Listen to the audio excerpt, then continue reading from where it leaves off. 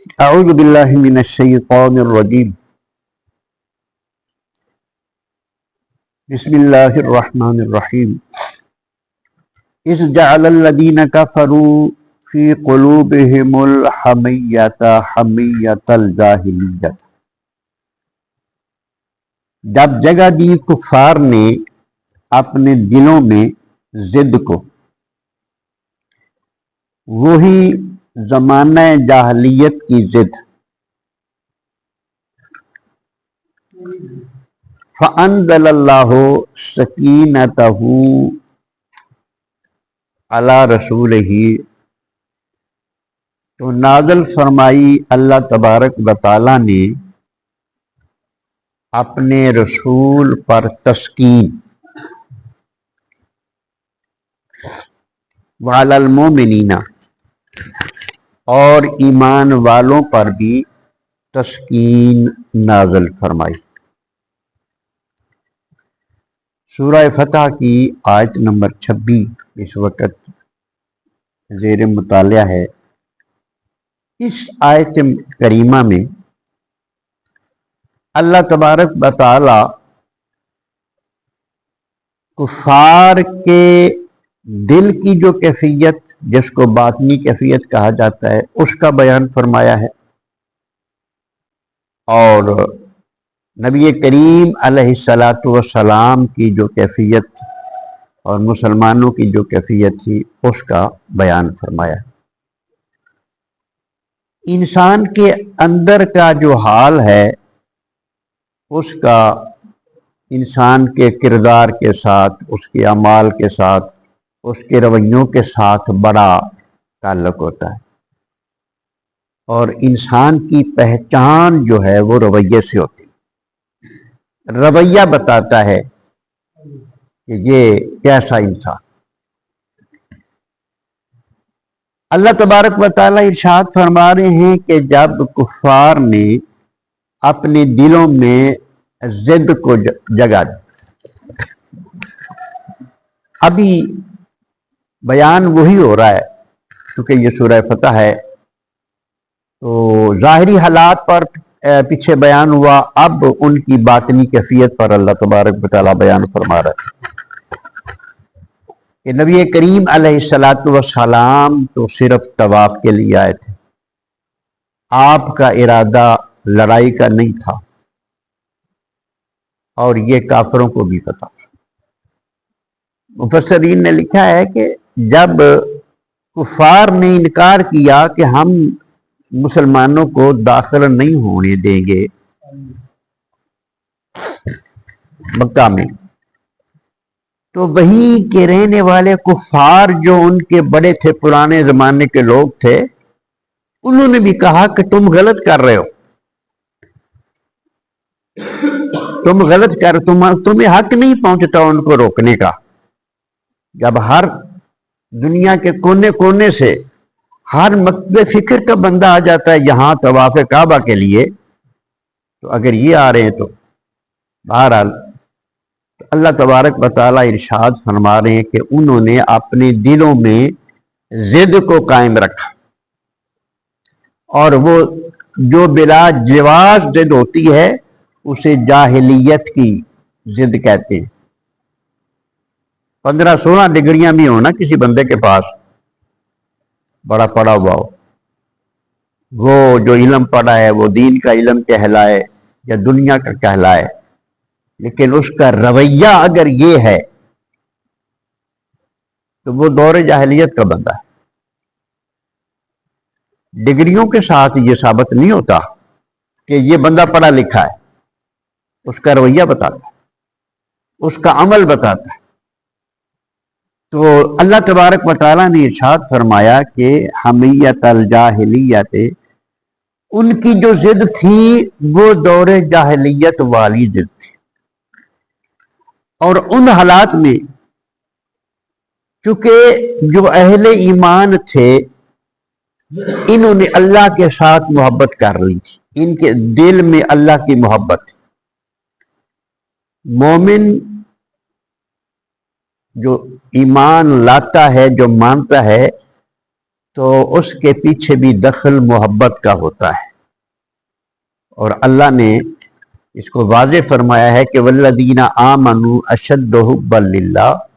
جو ایمان والے ہیں وہ اللہ سے اشد محبت کرتے ہیں، یعنی سب سے بڑھ کر، پوری کائنات سے بڑھ کر اہل ایمان کو محبت اللہ سے ہوتی ہے، اپنی جان سے بھی بڑھ کر اللہ سے محبت کرتے ہیں۔ اس محبت کے صدقے میں پھر جو بھی کیفیات، بڑی خوبصورت کیفیات ہوتی ہیں جو اس کو انسان ثابت کرتی ہیں، وہ کیفیات ان کو نصیب ہوتی ہے۔ اللہ تبارک و تعالیٰ کی طرف سے ان کیفیات کا نزول ہوتا رہتا ہے، تو اس کا رویہ ہر حال میں خوبصورت رہتا ہے، ہر حال میں وہ بندہ پروقار رہتا ہے، ہر حال میں اس کا رویہ خوبصورت ہوتا ہے۔ اللہ پاک ارشاد فرماتے ہیں فَأَنزَلَ اللَّهُ سَكِينَتَهُ عَلَى رَسُولِهِ، اللہ پاک نے نازل فرمایا سکینہ، یعنی اطمینان قلب، دل کا مطمئن رہنا، دل کا مطمئن ہو جانا۔ اب اگر پیچھے ہم نے یہ بیان کیا ہے کہ جو شرائط لکھی گئی تھی، وہ شرائط اس وقت عام مسلمان بھی یہ سمجھ، حضرت عمر فاروق جیسا شخص سمجھ رہا تھا کہ یہ ہمارے حق میں نہیں ہے، بظاہر ایسا لگ رہا تھا، یہ ایک فطری بات ہے کہ بظاہر ایسا لگ رہا تھا کہ سادہ کوئی بندہ تو اڈیل چلا جائے تو تمہیں واپس کرنا ہے، تو جی تو آ جائے تو واپس نہیں کرنا، ہاں جی، تو اس سال تسی نہ جاؤ، پھر اگلے سال یہ ساری باتیں جو تھی نا، یہ لیکن اللہ تبارک و تعالیٰ اس کی حکمتوں کو جانتا تھا۔ یہ مسلمانوں کا نبی کریم رؤوف الرحیم صلی اللہ علیہ وآلہ وسلم نے ان کی ضد کے مقابلے میں جو ضد نہیں کی، تو یہ اللہ تبارک و تعالیٰ کا کرم تھا۔ اللہ پاک نے اطمینان ڈال دیا تھا کہ جو فیصلہ بھی ہوگا وہ تمہارے حق میں برا نہیں ہوگا، وہ تمہارے حق میں ہی بہتر ہوگا۔ یہ اطمینان کی کیفیت جو ہے نا، یہ تسکین ہوتی کہ ہر حال میں بندے کو سکون رہے۔ بیمار ایسا ہے کہ دیکھنے والا یہ سمجھ رہا ہے کہ انہیں بچنا کوئی نہیں، لیکن وہ مطمئن ہے، تو پھر خیر ہی۔ یہ سکینہ یہ ہوتا ہے کہ وہ اس کو ہر حال میں اطمینان قلب رہتا ہے۔ اور اللہ پاک نے ارشاد فرمایا کہ یہ تسکین جو ہم نے نازل کی ہے اپنے رسول کے لیے اور اہل ایمان پر۔ نبی کریم علیہ الصلوۃ والسلام کے ساتھ جتنے صحابہ کرام تھے، تمام کے دلوں کو اللہ تبارک و تعالیٰ نے یہ مکمل اطمینان عطا فرمایا۔ کافروں کی ضد کی بات آ رہی ہے، پیچھے بھی ضد کی بات، آگے جب وہ لکھا گیا، فیصلہ لکھا گیا، مطلب معاہدہ لکھا گیا، تو ان کے کہنے کے مطابق لکھا گیا، لیکن ایک بات جو تھی وہ یہ تھی کہ محمد رسول اللہ یہ لکھا گیا، یہ محمد رسول اللہ کی طرف سے ان کے جو لوگ تھے ان کا نام لکھا گیا کہ یعنی ایک فریق جو ہے ان کے یہ نام ہے، ان کی طرف سے یہ معاہدہ، اور نبی کریم علیہ الصلوۃ والسلام کا محمد رسول اللہ نہ کہ جی نہ اسی اللہ نو منیا تے نہ محمد نو منیا، یہ تو نہیں لکھا جائے گا، محمد بن عبداللہ لکھا جائے گا۔ اب ان کی یہ ضد تھی کہ ہم نے یہ نہیں قبول کرنا، تو مسلمان بھی بڑے غیرت مند تھے اس معاملے میں، مسلمان بھی بالکل غیرت مند تھے کہ یہ کون ہوتے ہیں حضور کا نام مٹانے والے، لیکن نبی کریم علیہ الصلوۃ والسلام نے فرمایا کوئی بات نہیں، ایسا کر لیتے ہیں۔ اب مطلب یہ ضد میں بھی آ سکتے تھے مسلمان، لیکن ان کے دل کو اللہ تبارک و تعالیٰ نے اطمینان اور تسکین جو ان پہ نازل فرمائی تھی وہ کام کر رہی تھی کہ جو میرے محبوب کہتی ہیں مان جاؤ، ٹھیک ہے، تمہاری سمجھ میں آئے۔ ایمان اسی چیز کا نام ہے